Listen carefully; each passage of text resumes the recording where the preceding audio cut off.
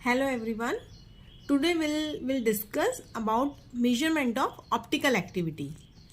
Optical activity जो है एक इम्पॉर्टेंट फिनोमिना है और जो ऑप्टिकल रोटेशन है वो हेल्प करती है ऑप्टिकल एक्टिविटी को डिटरमाइन करने में।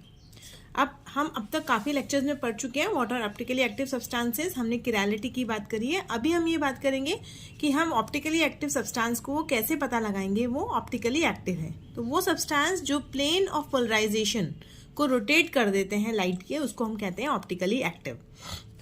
और जो optical isomers plane polarise light को क्लॉकवाइज डायरेक्शन में रोटेट करते हैं वो डेक्स्ट्रो रोटेटरी कहलाते हैं।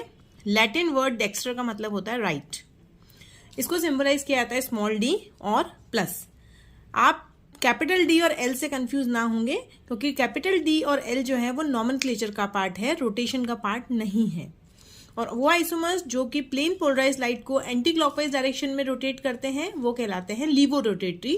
लैटिन वर्ड है लेवियल, लेवियल का मतलब होता है लेफ्ट, और इसको हम रिप्रेजेंट करते हैं एल से या माइनस से। अब थोड़ा हम एक्सपेरिमेंटेशन की बात करेंगे। तो एक्सपेरिमेंटली क्या होता है, ये सोर्स ऑफ लाइट है और ये आपकी ऑर्डिनरी लाइट है। जैसे ये निकोल प्रिज्म से पास होगी तो ये मोनोक्रोमैटिक लाइट में कन्वर्ट हो जाएगी। ये प्लेन पोलराइज लाइट हो जाएगी जो एक ही पर्टिकुलर प्लेन में मूव कर रही है, जैसा कि आप देख रहे हैं। फाइनली फिर ये सोल्यूशन से पास होगी और जब ये सोल्यूशन से पास होगी तो एनालाइजर जो है वो पता लगाएगा कि ये डेक्स्ट्रो रोटेटरी है या लीवो रोटेटरी है, मीन्स ये क्लॉकवाइज रोटेट कर रही है या एंटी क्लॉकवाइज है। यदि ये कंपाउंड सोल्यूशन जो है वो ए कायरल होगा तो there will be no rotation. Rotation को पता लगाने के लिए हम क्या करते हैं, this is called alpha. Alpha होता है स्पेसिफिक रोटेशन इन डिग्रीज।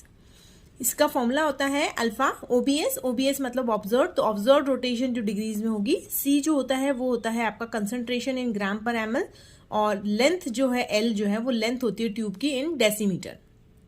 तो स्पेसिफिक रोटेशन क्या चीज है, that is the change in orientation of monochromatic PPL per unit distance and at concentration of 1 gram per ml when light passes through the sample। कहने का मतलब है कि जब मोनोक्रोमैटिक जो प्लेन पोलराइज लाइट है उसके ओरिएंटेशन में चेंज होगा पर यूनिट डिस्टेंस पे और कंसंट्रेशन होगी 1 ग्राम पर ml जब लाइट इससे पास करेगी, तो वो जो आपका अल्फा आएगा that is called specific rotation.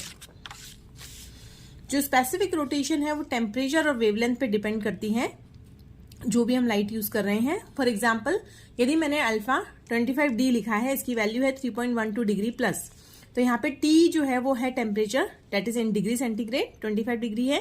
और लैम्डा जो डी है वो वेवलेंथ है प्लेन पोलराइज लाइट की, that is 539.6 nanometre sodium lamp की। तो इस तरह से हम ऑप्टिकली एक्टिविटी हमारी डिटरमाइन कर सकते हैं, स्पेसिफिक रोटेशन को हम डिटरमाइन कर सकते हैं। नाउ रेसिमिक फॉर्म्स की बात करेंगे हम, या एनांशियोमेरिक एक्सिस की।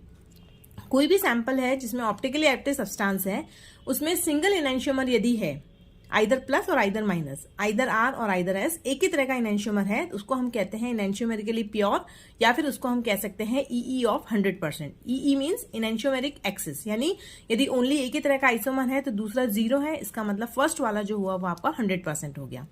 एनांशियोमेरिक एक्सिस को हम ऑप्टिकल प्योरिटी भी कहते हैं। परसेंटेज एनांशियोमेरिक एक्सिस निकालने का फॉर्मूला होता है moles of one enantiomer minus moles of another enantiomer upon total moles of both enantiomer into 100।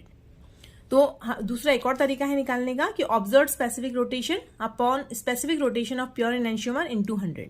तो दो तरीके से हम एनांशियोमेरिक एक्सिस निकाल सकते हैं। जैसे मैंने एक एग्जांपल लिया है 6.76 डिग्री आपके पास ऑब्जर्व था और ये स्पेसिफिक रोटेशन था, इनटू 100 किया तो आपका 50% आ गया।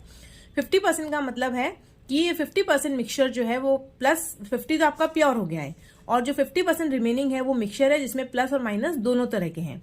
अब दोनों है, इसका मतलब दोनों 25-25 है। तो टोटल क्या हो गया आपका, यदि ये प्लस है तो मीन्स 75% हो गया आपका प्लस एनांशियोमर और 25% हो गया आपका माइनस एनांशियोमर। कहने का मतलब है कि जो आंसर आ रहा है वो प्योर एनांशियोमर का आ रहा है और जो रिमेनिंग है वो रेसिमिक मिक्सचर है। तो रेसिमिक मिक्सचर बराबर मात्रा से बनेगा, यानी 25-25, यानी टोटल कितना हो गया आपका एनांशियोमर जो है मिक्सचर का वो 75% हो गया और 25% जो है वो आपका माइनस एनांशियोमर।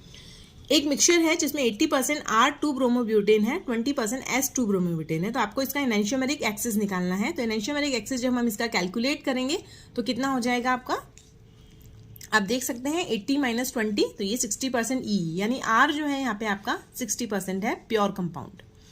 नाउ एक और क्वेश्चन है कि एनेंशियोमेरिक एक्सिस क्या होगा, एक मिक्सचर है जिसमें 12.8 मोल R2 ब्रोमोब्यूटेन है और 3.2 मोल S2 ब्रोमोब्यूटेन है, तो हम कैसे निकालेंगे। मैंने आपको पहले भी बताया था, दोनों एनेंशियोमर्स का रेशियो जो है, दो अमाउंट दिया हुआ है उनको माइनस कर देंगे, तो ये आ जाएगा 9.6 मोल एक्सेस ऑफ R।